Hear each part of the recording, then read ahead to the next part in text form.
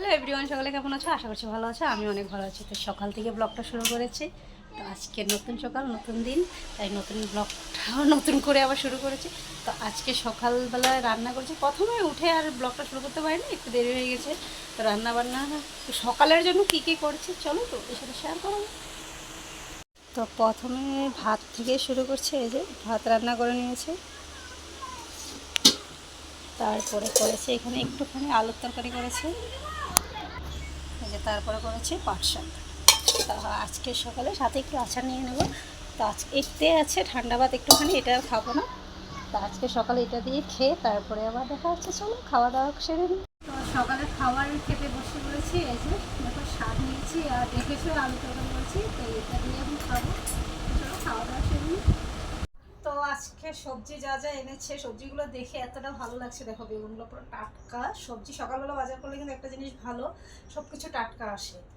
তাই আজ দেখো সকাল সকাল বাজার করে নিয়ে এসেছে। আয়ুষকে স্কুল দিয়ে আসার সময় তোমাদের দাদাভাই বাজার করে নিয়েছে। আলু এনেছে, বেগুন, পটল, ঝিঙে, অনেক কিছু বাজার করেছে। তো চলো এগুলো বুঝ করে নিই। তো সকালে তো খাওয়া দাওয়া সেরে এখন দুপুরের জন্য বসেছে রান্না করতে। তো আজকে দুপুরে রান্না করবো এঁচোড়। এঁচোড়টা কেটে নিয়েছি, এখন আলুটা সব কিছুই রেডি করে নিয়েছে। আলুটা ভাজবো, এঁচোড়টা একটু সিদ্ধ বসিয়ে তারপরে রান্না করবো। চলো দুপুরে রান্না করা যায়।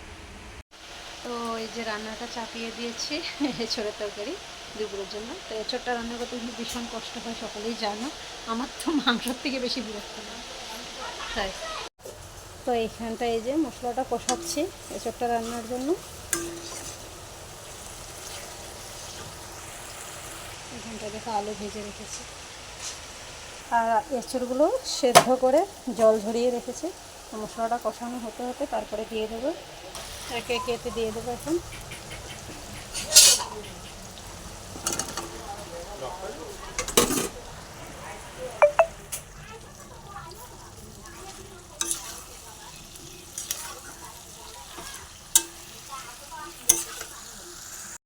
তো রান্নাবান্না কমপ্লিট করে এখন খেতে বসেছি।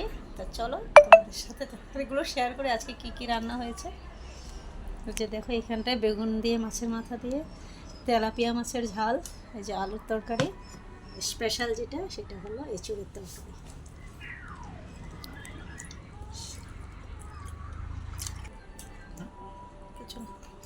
তো খাওয়া দাওয়া সেরে নিই চলো।